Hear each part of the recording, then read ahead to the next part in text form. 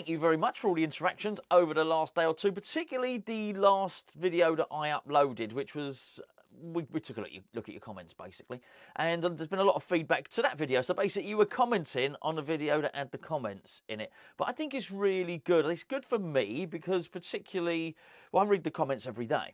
But particularly after you've just had a game, there's a very, very different instant reaction comment. So, for instance, a reaction in a live chat after a game, then you get a day or two afterwards. And it's always a day or two afterwards that I find most intriguing, most interesting. Because, you know, it's easy after a game, you're either absolutely buzzing or you're sort of disgusted, aren't you, really? It's just the emotions and the up and down of football, and I wouldn't take that away at all. But I think certainly, so there was a few comments yesterday which were pretty much saying, I can't believe everybody is Moyes out. And I think it's really important we do these videos. So actually you can see everybody isn't Moyes out.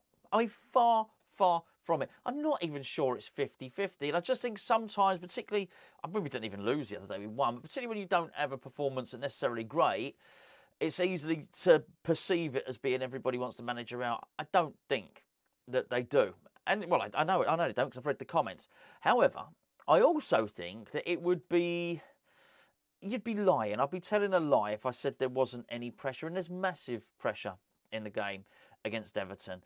There's no doubt about it at all. It's a funny Premier League. I've been watching the football today. Where have I got it? I pulled it up on the screen. Let me have a little look here. The Tottenham game was weird, right? I don't know if you saw the Tottenham game. Really, really odd. You had this situation where Leicester were the worst team in the league statistically this season. They gave Tottenham a really good game, but if you saw the score at the end, you would think it was an absolute thrashing. It wasn't if you watched the game. Bournemouth, who have not done particularly great, shipped loads of goals this season. They've lost their manager, or sacked their manager, should I say, drew with Newcastle. All right, yes, they defended for most of the game. But that's how it was. You know, the Man City game was an odd one. I think they went ahead really early on, but I thought Wolves were looking all right. There was a red card, which pretty much changed the game. Man City were going to win anyway. But then when you look at the league table, it is a little bit... I think it's a little bit skewed, actually, particularly given the games. I mean, if we even go to 10th place. Newcastle have played 7 games, have got 8 points. So, you know, they're basically averaging just over a point a game. And yet they're in 10th. Well, you carry that throughout the season and, you know, Newcastle have basically 40 points. That's probably not going to put them in 10th on normal seasons. So I think it's a bit weird. Now, I said the other day that I thought one of the big teams are going. And when I say one of the big teams, I don't mean Manchester United and Liverpool, right? That's not what I mean. Well, I mean the teams maybe the size of West Ham or traditionally the size of Aston Villa or something like that, who can be relegated. Aston Villa have been relegated. West Ham have been relegated plenty of times. But teams at the moment, with the money and the riches in the Premier League, you wouldn't expect to go down. And when I say the bigger teams, I'm sort of looking at Everton, which is why I think it's a big game. I'm looking at Aston Villa. I'm looking at Leeds. I think there's Southampton now. I'm certainly looking at Leicester City. I think it's easy sometimes to look at the league table and think, oh, you know what, it'll just be the guys that got promoted. You know, it'll just be Nottingham Forest, it'll just be Bournemouth, and then they're the ones that will go down. I think there's going to be a couple of bigger fish who get, well, not everyone dragged into it. There's a couple of bigger fish who are in it at the moment. But, you know, I think you could see a situation where a team like that gets relegated. We've got to make sure that we're not in there. And for that reason, I think it's really important that David Moyes gets a win and gets something on the board. There's additional pressure because it's Everton. That's Moyes' former club. But the real pressure comes from the money that he's spent. Now, Moyes is speaking about it. Moyes is speaking about building. When Moyes is speaking about players having time to settle down, is this big rebuild job. And I've got to be perfectly honest with you. If there's one, and this is just my own personal opinion here, there's no way that I thought when we were spending all that money, and I knew we had to replace players. I knew who was leaving. I knew Yarmolenko was leaving and Krau and Noble, and I knew who was leaving. That's not a surprise.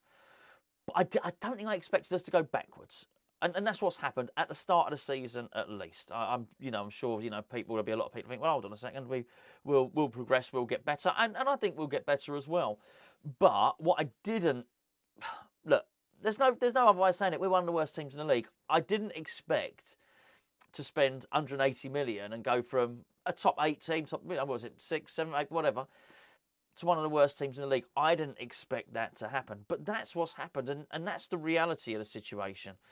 Do I think Moyes is under immediate pressure? No, I don't. I'm going to just look at a comment from the video earlier, which basically was basically going on. So this is Johnny Tibbs. He said, I've got a feeling that Moyes has possibly got 1 to 2 games. He's away. He's 1 or 2 games away from them pulling the trigger. It's got to be a horrible feeling. He's got a horrible feeling about tomorrow, and he thinks Kretinsky has new plans.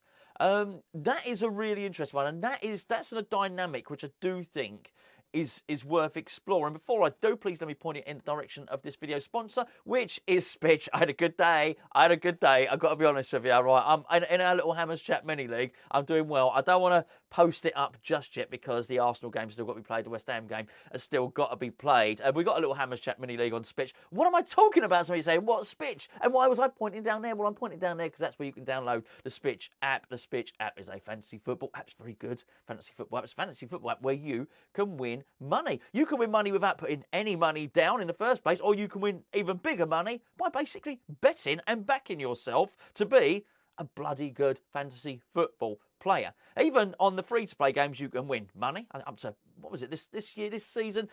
This season has been basically about £500-600 per Premier League game week. This week it's a little bit less because obviously we've got a few cancellations. It's about £250.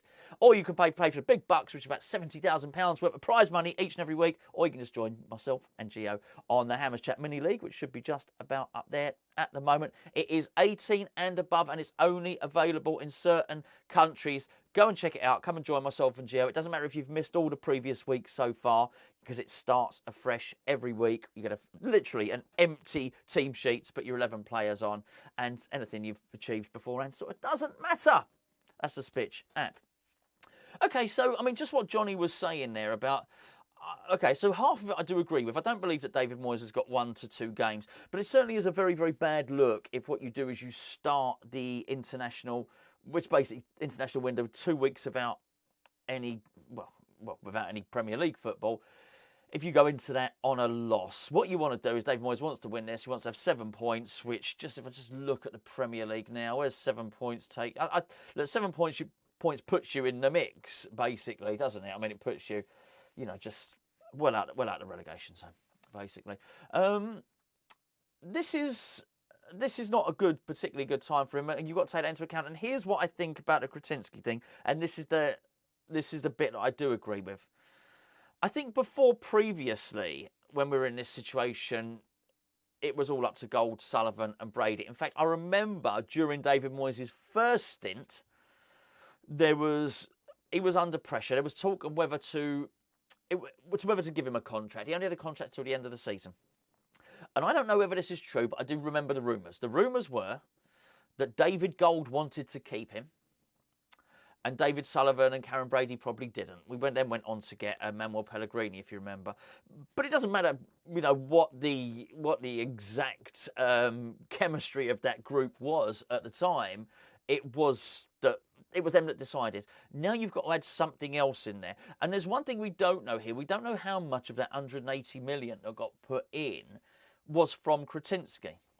Now, even if none of it was put in, and I can't believe that for a single moment, bearing in mind he's on the board, his mate Orsinski, I always get it wrong, is also on the board, and we've got a new guy on there from JP Morgan as well, who I understand has been put in there by Trip Smith. So the composition of the board is not such that you're going to be able to get David Sullivan, David Gold and Karen Brady sat round deciding the future of the manager. Is now under much more scrutiny, particularly when you put in a spend of that huge amount.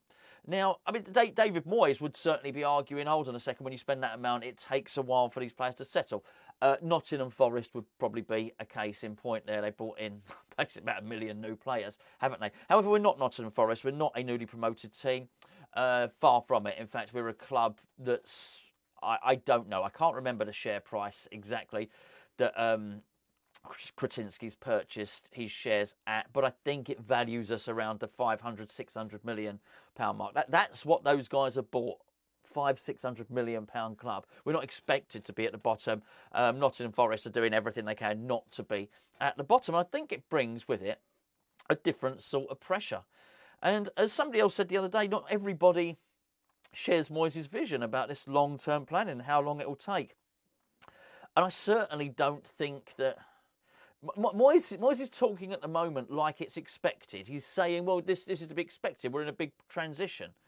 This is what happens. It's going to take us a while to get up to speed. And I certainly didn't think... I think if we'd have been in 12th, if we'd have had a couple of wins this season and a draw or something, like that, then I don't think anyone would be thinking very much. We were in 12th or in 13th. I think we'd sort of get it. But no one expected us to be down where we are.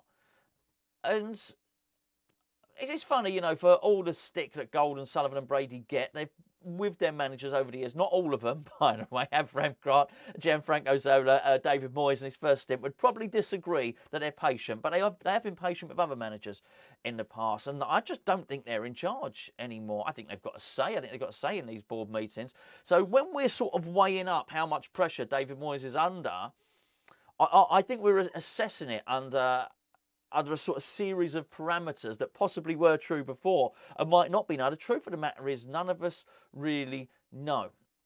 And as I've said, I would like to see what David Moyes' vision is come the end of it. 3-4 year vision, but that's fine. But I think number one, the points in the league table need to see some of that vision now, but I also think the ownership probably needs to see some of that vision now. All right, he may well get to the point where his end goal and the tactics and the shape and exactly the way he sees West Ham playing, because he's spoken about how he's going to mix it up and he's going to change the dynamic of the team.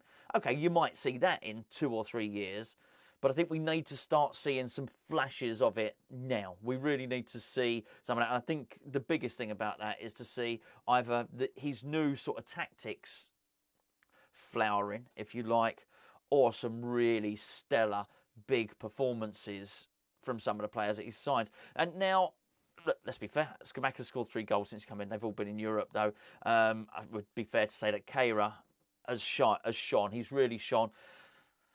But it's in defence. And I think basically what he needs is, in a Premier League game, one of the attackers to really shine. He needs Scamacca to score a Premier League goal. He needs Paqueta to... doesn't necessarily have to score a goal, but run the game. Completely boss the game. And we win a boss a game that we win. Pulling all the strings where... You remember the first... I say you remember the first game of Payet's. Was Payet's first game against Arsenal? It might have been. But whatever it was instantly evident from his first game. Wow, this is a really, really good player. I think that needs to happen here as well. Maybe it's Cornet. I don't know. But I think it's really, really difficult as a manager, if what you're trying to do is get rid of some of that pressure, if you sort of spend 180 million and you end up reverting back to the players that were here last season. Anyway, look, it's really interesting. It's a really, really big game for both managers, and I said this in the build-up. Do I think whoever loses this game, it might be a draw to draw. I wonder if both managers would shake hands in a draw now. Actually, I'm pretty sure neither of them would. They're both competitive. Competitive football people are not like that, are they? And I don't think that whoever loses this game is getting the sack, but it's an uncomfortable place to be. There's going to be some awkward conversations in the boardroom. The training ground's an awkward place to be. And as I say, I just watched... What's the next game after? Is it Wolves? I think it might be Wolves. I watched Wolves against Man City. Look, they had a player sent off. They're quite a buzzy team. They've got some really good footballers in that team. I think they're far from a pushover, actually. But even Wolves, I said they don't look bad. Played 6 points. Ain't all that, is it? It's a weird old league. And so I think you put 2 wins together, you just shoot up the league. Nice. We've got to start doing it. Anyway, myself and Gio will be around an hour and 5 minutes before kick-off. Join us then. Put your lucky pants on, all right? That's what you've got to do. Put your lucky pants on. That's still the same. Freddo Frog. I haven't stolen any more Freddo Frogs. I don't need to. I've got my own box of Cadbury's chocolate fingers, which I'm going to demolish now. I will catch up with you an hour and 5 minutes before the Everton game.